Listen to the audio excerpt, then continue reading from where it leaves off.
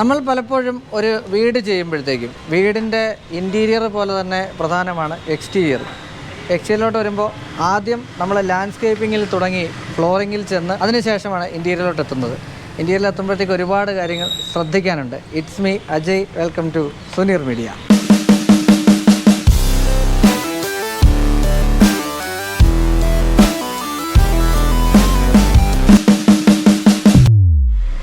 അല്ല, എന്താ പരിപാടി? എന്താണ്? അല്ല, ഇതിങ്ങനെയാണ് നിങ്ങളുടെ സ്റ്റൈലിൽ ഞാനങ്ങ് പിടിച്ചെന്നില്ല. അല്ല, സ്റ്റൈൽ എന്ന് പറഞ്ഞു കഴിഞ്ഞാൽ നിങ്ങളൊരു വീഡിയോ ചെയ്യട്ടെന്ന് ചോദിച്ചൊരു അവസരം തന്നപ്പോഴത്തേക്ക് അല്ല, എന്താ പരിപാടി? അല്ല, ഇത് നിങ്ങളുടെ ഒരു സ്റ്റൈൽ. ഞാനിപ്പോൾ നിങ്ങളുടെ ഒരു ശൈലി അങ്ങ് പിടിച്ചതാണ്. ഇറ്റ്സ് മീ സുനീർ, അതാണ് നിങ്ങളുടെ സ്ലോഗൻ. അപ്പം ഇതെല്ലാവർക്കും പരിചയം ഉണ്ടാവും, നമ്മുടെ ഡോക്ടർ ഇൻറ്റീരിയർ.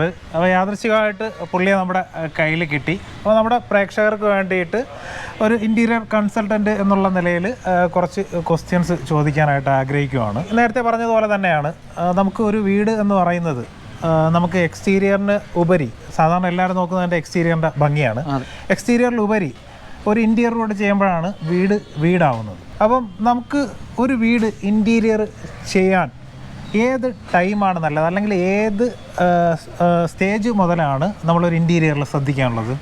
ശരിക്കും ഇൻറ്റീരിയർ എപ്പോഴും പ്ലാൻ ചെയ്യേണ്ടത് ആദ്യം നമ്മൾ എപ്പോഴാണ് പ്ലാൻ വരയ്ക്കുന്നത് ആ സമയത്ത് തന്നെയാണ് ഇൻറ്റീരിയർ പ്ലാൻ ചെയ്യേണ്ടത്. ഓക്കെ. അതിൻ്റെ റീസൺ എന്താണെന്ന് വെച്ചാൽ, എല്ലാവരും ഇൻറ്റീരിയർ എന്ന് പറയുമ്പോഴത്തേക്കും നമ്മുടെ ആ ഒരു ഇൻറ്റീരിയർ എന്നുള്ള അത്ര വാക്കിൻ്റെ വലുപ്പമാണ് എല്ലാവരും മനസ്സിൽ കാണുന്നത്. അതെ, ഒരു വീട് ചെയ്യും, പക്ഷേ അതിൻ്റെ നമ്മളിപ്പം കൃത്യമായിട്ട് പറഞ്ഞു കഴിഞ്ഞാൽ അടിപൊളിയായിട്ട് നമ്മൾ ഡ്രസ്സ് ചെയ്തതിന് ശേഷം ചെരുപ്പിട്ടിട്ട് പോകുന്ന പോലിരിക്കും, ഒരു സ്ലിപ്പർ ഇട്ടിട്ട് പോകുന്ന പോലിരിക്കും. എല്ലാവരും വീടിനെ കുറിച്ചുള്ള ഒരു സങ്കല്പം ഇപ്പം അത് മാറി വരുന്നുണ്ട്, ഒരുപാട് മാറി വരുന്നുണ്ട്. കാര്യം അത്രയും എഡ്യൂക്കേറ്റഡായി പല ആൾക്കാർ. ലാൻഡ്സ്കേപ്പിങ്ങിനുള്ള പണം മാറ്റി വെക്കത്തില്ല. അതുപോലെ തന്നെ ഇൻറ്റീരിയർ എന്ന് പറഞ്ഞാൽ ശരിക്കും പറഞ്ഞാൽ പ്ലാൻ ചെയ്യേണ്ടത് ഞാൻ ആദ്യം പറഞ്ഞ പോലെ നമ്മൾ വീട് പ്ലാൻ ചെയ്യുന്ന സമയത്ത് തന്നെയാണ്. ഇനി അന്നേരം നിങ്ങൾക്ക് സാധിച്ചില്ല എന്നുണ്ടെങ്കിൽ മിനിമം നമ്മളതിൻ്റെ സ്ട്രക്ചറൊക്കെ കഴിയുന്ന ഒരു ടൈമുണ്ട്, അന്നേരമെങ്കിലും പ്ലാൻ ചെയ്ത് തുടങ്ങണം എന്നുള്ളതാണ് എൻ്റെ ഒരു അഭിപ്രായം. പക്ഷേ ശരിക്കും നമ്മൾ ഈ പറഞ്ഞതുപോലെ ഡ്രോയിങ്ങിലേക്ക് ഇൻറ്റീരിയർ ഡിസൈനിങ് കൂടി കൊണ്ടുവന്നില്ലെങ്കിൽ, ഫർണിച്ചർ ലേഔട്ട് ആയാലും ജസ്റ്റ് ഇൻറ്റീരിയറുമായിട്ട് ബന്ധപ്പെട്ട് എന്ത് കാര്യങ്ങൾ കൊണ്ടുവന്നില്ലെങ്കിലും പിന്നീട് പലപ്പോഴും സ്ട്രക്ചറിന് ശേഷം വീടിൻ്റെ പല ഭാഗങ്ങളും പൊളിക്കേണ്ടി വരാറുണ്ട്, അല്ലേ?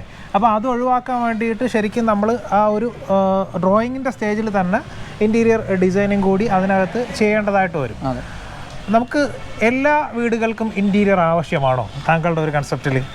അതായത് നമ്മൾ വീട്ടിലെപ്പോഴും നമ്മൾ പുറത്തുനിന്ന് ഉള്ളിലോട്ട് കയറുന്നതിലുപരി നമ്മൾ അകത്താണ് ജീവിക്കുന്നത്. അതെ, ഒരു ഫാമിലി അല്ലെങ്കിൽ കുടുംബം എന്ന് പറയുന്ന ഒരു സംഗതി അത് വീടിനുള്ളിലാണ്. മറ്റുള്ളവരെ കാണിക്കുന്നതിലുപരി നമ്മുടെ ഇഷ്ടത്തിനാണ് വീട്, നമ്മുടെ സന്തോഷത്തിനാണ്. കറക്റ്റ്. അതായത് ഇപ്പോഴത് പറയുമ്പോൾ ശരിക്കും പറഞ്ഞാൽ എനിക്ക് കുളിരി കോരുന്നുണ്ട്. കാര്യം എന്ന് വെച്ചാൽ കൺസൾട്ടിങ്ങിൻ്റെ ഭാഗമായിട്ട് പലയിടത്തും ചെല്ലുമ്പോഴേക്കും ആഗ്രഹങ്ങളുള്ള ആൾക്കാരുണ്ടാവും, അതേസമയം ചേർച്ച, ഇത് രണ്ടും കൂടെ ചേർത്ത് വെക്കുമ്പോഴാണ് ശരി ഒരു കൺസൾട്ടൻറ്റിൻ്റെ ജോലി അതാണ്. തീർച്ചയായിട്ടും. അപ്പോൾ ഇതിനകത്ത് പലരും പറഞ്ഞ ഈ എന്നാ പറയുക, പല ആൾക്കാർക്കും പല ആഗ്രഹങ്ങളുണ്ടാകും. പക്ഷേ വളരെ മിനിമലായിട്ട് നമുക്കത് കോർഡിനേറ്റ് ചെയ്യാൻ പറ്റിക്കഴിഞ്ഞാൽ നല്ല രീതിയിൽ വില കുറച്ചും, അതായത് നമുക്കൊരു ബഡ്ജറ്റ് വൈസ് ചെയ്യാൻ സാധിക്കും.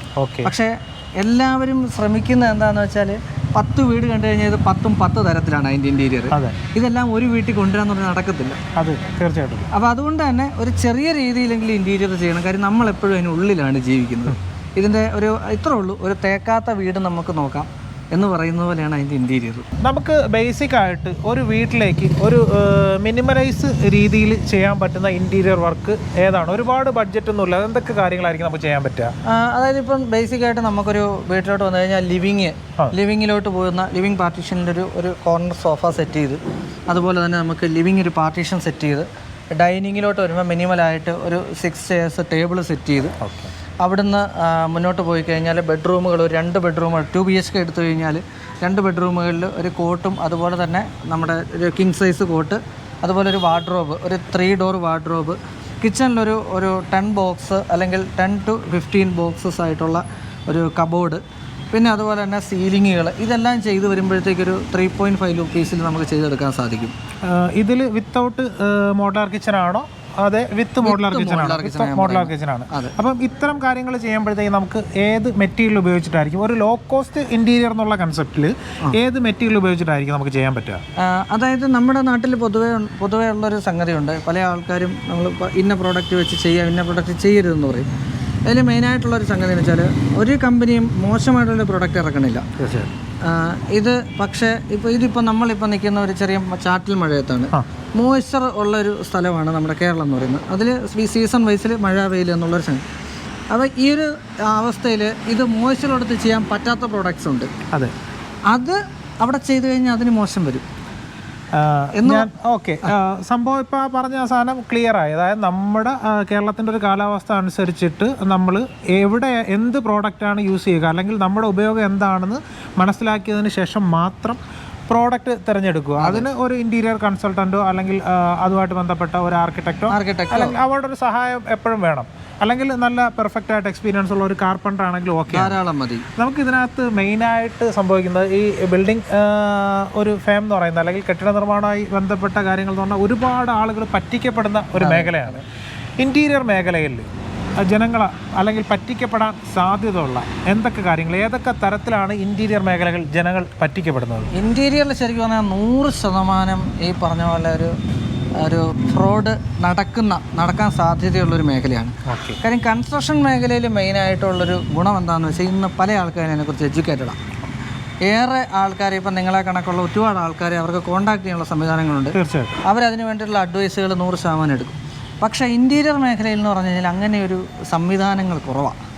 അങ്ങനെയുള്ള ആൾക്കാരെ കണ്ടുകിട്ടില്ല. അതൊക്കെ ഒരു പ്രയാസമുള്ള ബുദ്ധിമുട്ടുള്ള കാര്യങ്ങളാണ്. മെയിനായിട്ടുള്ളൊരു സംഗതി എന്താണെന്ന് വെച്ചാൽ ഒന്ന് മെറ്റീരിയലിലാണ് മെയിനായിട്ടുണ്ടാകുന്ന മാൽ പ്രാക്ടീസസ് നടക്കുന്നത്. പ്രത്യേകിച്ച് കാണാൻ വയ്യാത്ത സ്ഥലങ്ങളിലിരിക്കുന്ന മെറ്റീരിയൽസ്.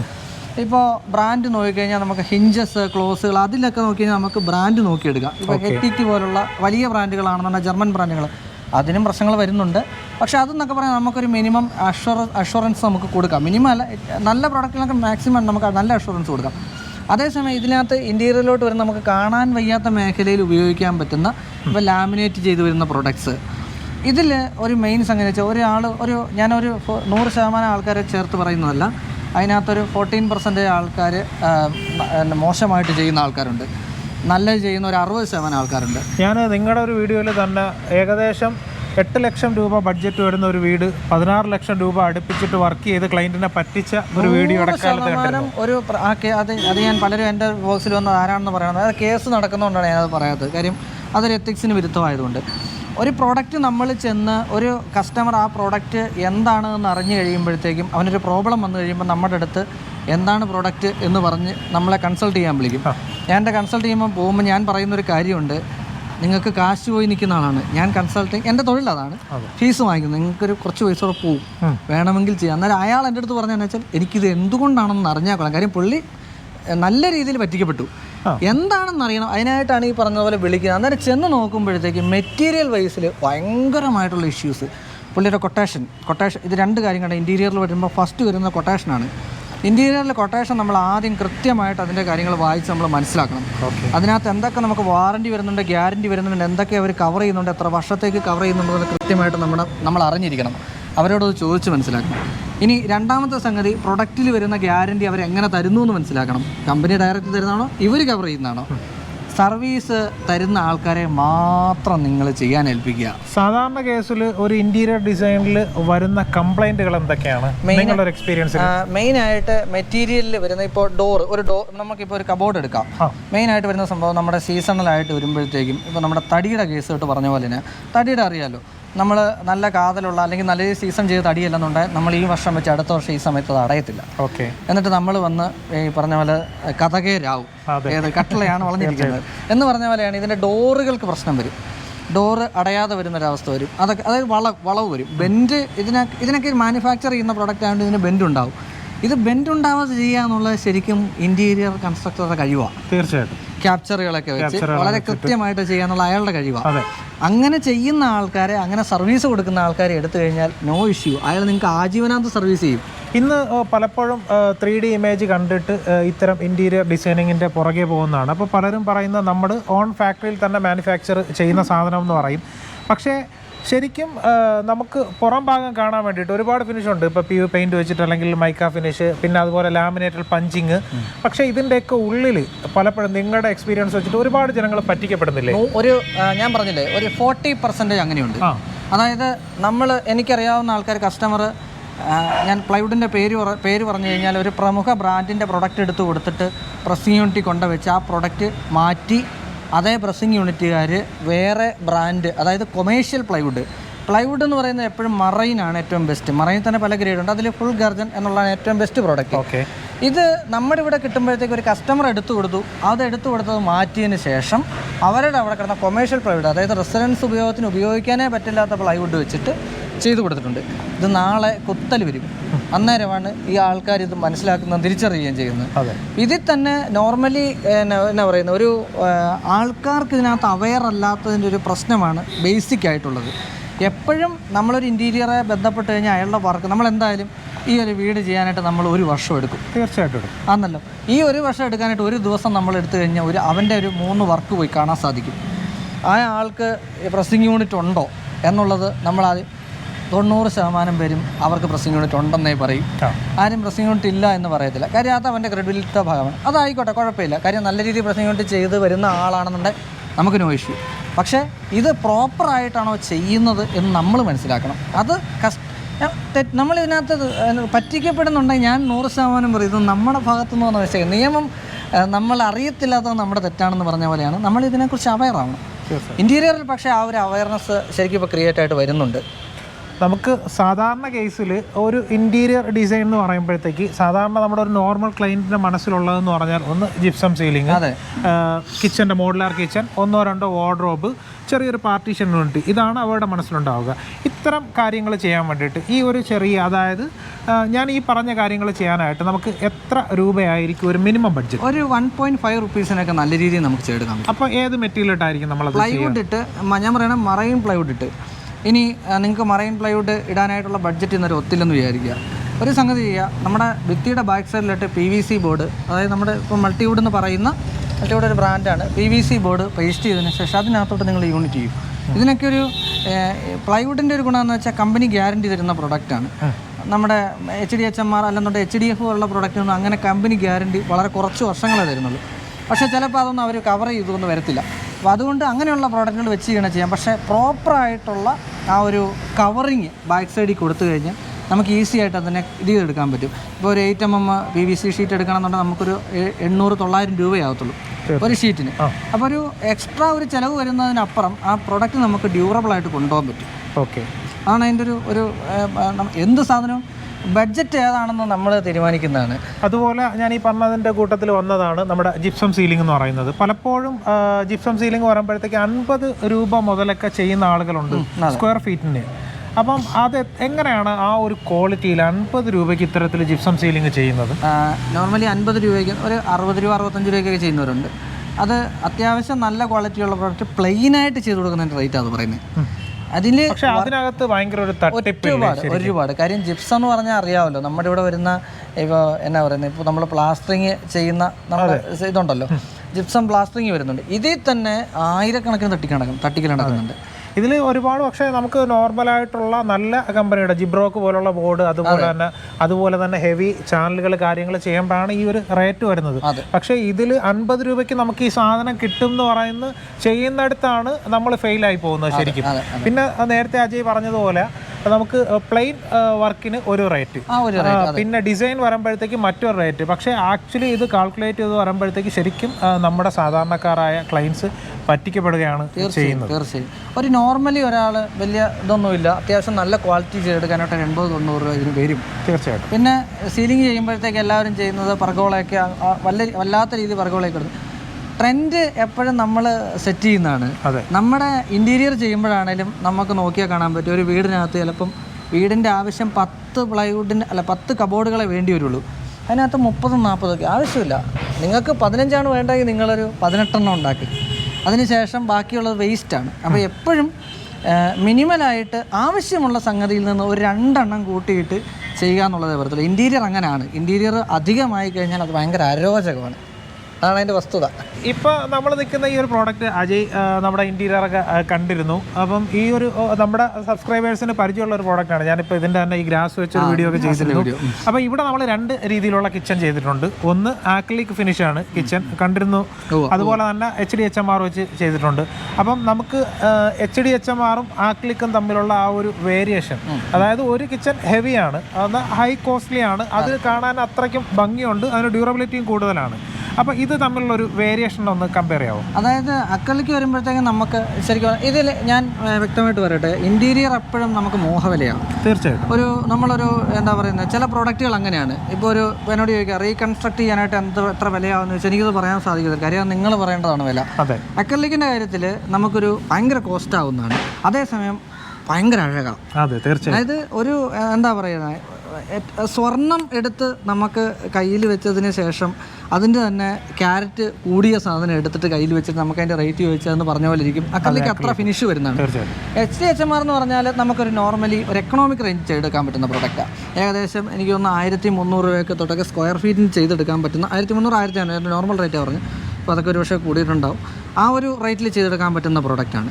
ഇനി കിച്ചൺ നമുക്ക് ഒരുപാട് രീതിയിൽ ചെയ്തെടുക്കാൻ പറ്റും. ഇപ്പോൾ കിച്ചൺ തന്നെ നമുക്ക് പ്ലൈവുഡിൽ, അതുപോലെ ഇപ്പം പറഞ്ഞ അക്രലിക്കിൽ, പിന്നെ അതുപോലെ അതിനകത്ത് കിച്ചൻ്റെ മെയിനായിട്ട് വരുന്ന എക്സ്പെൻസ് എന്ന് പറയുന്നത് അതിലേക്ക് വരുന്ന ആക്സസറീസിന് വരുന്ന ആ ഒരു റേറ്റ്, പിന്നെ നമുക്ക് തന്നെ അതിലേക്ക് വരുന്ന ഹിഞ്ചസിൻ്റെ ക്വാളിറ്റി, പിന്നെ അതിലേക്ക് വരുന്ന പിന്നെ നമ്മുടെ ജിപ്സം സീലിംഗ്. അപ്പോൾ മൊത്തത്തിൽ അതിനൊക്കെ ബേസ് ചെയ്തിട്ടായിരിക്കും ആ ഒരു വേരിയേഷൻ വരും. അതെ, എപ്പോഴും നമുക്ക് ഇത് ഓപ്ഷൻ എടുക്കാനായിട്ടുള്ള അവസരമുണ്ട്. അതാ പറഞ്ഞ ഓപ്ഷൻ എടുക്കുന്ന അവസരം വേണമെന്നുണ്ടെങ്കിൽ നമ്മൾ ഇതിനെക്കുറിച്ച് കസ്റ്റമർ അതിനെക്കുറിച്ച് അവയർനെസ് ഉണ്ടാകും. തീർച്ചയായിട്ടും. ഇപ്പോൾ 304ൻ്റെ ഹിഞ്ചസ് കൊടുക്കണം. ഇതിനനുസരിച്ച് ഏതൊക്കെ കമ്പനി നമുക്ക് നല്ല രീതിയിൽ ചെയ്യാൻ പറ്റും, എവിടെയൊക്കെ നമുക്കത് അവൈലബിൾ ആണ്. സർവീസ് ലൊക്കെയാണെങ്കിൽ ഇത് ചെയ്യുന്ന ആളാണ് സർവീസ് ചെയ്യേണ്ടത്. എപ്പോഴും ഇപ്പം നിങ്ങളാണെങ്കിലും ഒരു പ്രൊഡക്റ്റ് ഇപ്പോൾ ഒരു വീട് ചെയ്യുമ്പോഴത്തേക്കും ആ വീടിന് അൾട്ടിമേറ്റ് ആയിട്ട് എന്തെങ്കിലും പ്രോബ്ലം വന്നാലും ആക്സസബിൾ ആയിട്ടുള്ള നിങ്ങൾ തന്നെയാണ്. ഇപ്പോൾ കൺസൾട്ടിങ്ങിൻ്റെ കേസിൽ നമ്മളെയാണ് അവർ ആക്സസബിൾ ആയിട്ടുള്ള നമ്മളെയാണ് വിളിക്കുന്നത്. അത് ചെന്ന് ആ സമയത്ത് ആ ഫോൺ അറ്റൻഡ് ചെയ്തിട്ട് അത് ഇന്നപോലെ ചെയ്തു കൊടുക്കുക, ഇതാണ് യഥാർത്ഥത്തിലുള്ള സർവീസ് എന്ന് പറയുന്നത്. അപ്പോൾ അത് എപ്പോഴും സർവീസ് ഓറിയന്റഡ് ആണ് ഈ ഒരു മേഖല. പക്ഷേ പലപ്പോഴും അവിടെയാണ് നമ്മുടെ ക്ലയൻസിന് അബദ്ധം പറ്റുന്നത്. പല ഇത്തരത്തിൽ ഇന്റീരിയർ ചെയ്യുന്ന ആൾക്കാരും അത് ഒരു ഓൺ ടൈം സെറ്റിൽമെന്റ് ആയിട്ട് കാണുന്നു. ഒരു വർക്ക് ചെയ്യുക, അത് അവർ പിന്നെ വിളിച്ചാൽ കൂടിയും ഫോൺ എടുക്കാതെ പോകുന്നൊരവസ്ഥ ഉണ്ട്. അപ്പോൾ ഒറ്റ കാര്യം ഞാൻ പറയാം, കസ്റ്റമൈസേഷൻ നമ്മൾ പലപ്പോഴും പറയാറുണ്ട്. കസ്റ്റമൈസേഷൻ എന്ന് പറഞ്ഞാൽ നമ്മൾ ചിന്തിക്കുന്ന കണക്ക് നിങ്ങൾ പറയുന്നത് പോലെ ചെയ്തു തരിക എന്നുള്ളതല്ല. വീടിനുള്ളിലെ സ്ഥലം അനുസരിച്ച് കസ്റ്റമൈസ് ചെയ്യണം, പ്രൊഡക്റ്റ് കസ്റ്റമൈസ് ചെയ്യണം, ഒരു ഐഡിയ കസ്റ്റമൈസ് ചെയ്യണം, ഏരിയ കസ്റ്റമൈസ് ചെയ്യണം. ഇതൊക്കെ അതിൻ്റെ ഭാഗം അല്ല. നമ്മൾ സാധാരണ ഒരു ബിൽഡിങ് ഡ്രോയിങ്, ഒരു പ്ലോട്ട് കണ്ടു കഴിഞ്ഞാൽ ഇപ്പം നമ്മുടെ ഈ ക്യാമറ കറക്റ്റ് ചെയ്യുന്നത് നമ്മുടെ തന്നെ എൻ്റെ ഒരു സുഹൃത്ത് ഷഫീറാണ്. അപ്പോൾ നമ്മൾ ആദ്യം ചെയ്യുന്നതെന്ന് പറഞ്ഞാൽ ഡ്രോയിങ്ങിനോടൊപ്പം തന്നെ ഫർണിച്ചർ ലേഔട്ട്, അതുപോലെ തന്നെ ബാക്കി ഇൻറ്റീരിയറിൻ്റെ ഡിസൈൻ, ലൈറ്റിങ്, പോയിന്റ് എല്ലാം ഇൻക്ലൂഡഡ് ആണ്. മീൻസ് നമ്മളൊരു വർക്ക് സ്റ്റാർട്ട് ചെയ്ത് കഴിഞ്ഞാൽ പിന്നീട് ഒരു പൊളിപ്പ് കാര്യങ്ങളൊന്നും വരരുത്. അത് തന്നെ മാത്രമല്ല, ക്ലയൻറ്റിന് ആദ്യം തന്നെ നമുക്ക് ഒരു വാർഡ്രോബ്, അതുപോലെ തന്നെ ഒരു കോട്ട് പോയിട്ട് നമ്മുടെ ബെഡ്റൂമിലേക്ക് ഇത്ര സ്പേസ് ഉണ്ടെന്നുള്ള കൃത്യമായ ഒരു ഐഡിയ നമ്മൾ കൊടുക്കാറുണ്ട്. ആ ഒരു ഇതാണ് നിങ്ങൾ ഇതിനകത്ത് കണ്ടതും. അപ്പം അജയ് എൻ്റെ ഏറ്റവും അടുത്ത സുഹൃത്താണ്. നമ്മൾ യാദൃശ്ചികമായിട്ട് ഇന്നിങ്ങനെ കണ്ടുമുട്ടിയപ്പോഴത്തേക്ക് നിങ്ങൾക്ക് വേണ്ടിയിട്ട് പുള്ളിയുടെ ഒരു എക്സ്പീരിയൻസിൽ നിന്ന് വിലയേറിയ കുറച്ച് കാര്യങ്ങൾ ഷെയർ ചെയ്യാമെന്ന് കരുതി. ഇൻറ്റീരിയറുമായിട്ട് ബന്ധപ്പെട്ട് അനവധി നല്ല സൂപ്പർ വീഡിയോസ് ചെയ്യുന്നൊരു ചാനലാണ് ഡോക്ടർ ഇൻറ്റീരിയർ. ഒരുപക്ഷെ എല്ലാവർക്കും അറിയാം. ഇനി അറിയാത്തവർക്ക് വേണ്ടിയിട്ട് ഞാൻ പുള്ളിയുടെ ചാനലിൻ്റെ ലിങ്ക് ഡിസ്ക്രിപ്ഷനിൽ കൊടുത്തിരിക്കാം. അപ്പോൾ അജയ് വീഡിയോ വന്നിട്ടുണ്ട്. നമ്മളിതിനു മുമ്പ് ഞാൻ അജയുമായിട്ടൊരു വീഡിയോ അജയുടെ ചാനൽ ചെയ്തിട്ടുണ്ട്. അത്യാവശ്യം ഗംഭീര ഹിറ്റാണ്. അത്യാവശ്യം നല്ല കസ്റ്റമർ വ്യൂവർ സപ്പോർട്ടുള്ള ഒരു വീഡിയോ ആണ്. അപ്പോൾ ഏതായാലും കാണാൻ സാധിച്ചതിലും നമുക്ക് സ്ക്രീൻ ഷെയർ ചെയ്യാൻ സാധിച്ചതിലും ഒരുപാട് സന്തോഷം. അപ്പോൾ വീണ്ടും മറ്റൊരു അവസരത്തിൽ നമുക്ക് കണ്ടുമുട്ടാം. അപ്പം വീണ്ടും മറ്റൊരു വീഡിയോയുമായി നമുക്ക് കണ്ടുമുട്ടാം. അതുവരേക്കും ബൈ ബൈ.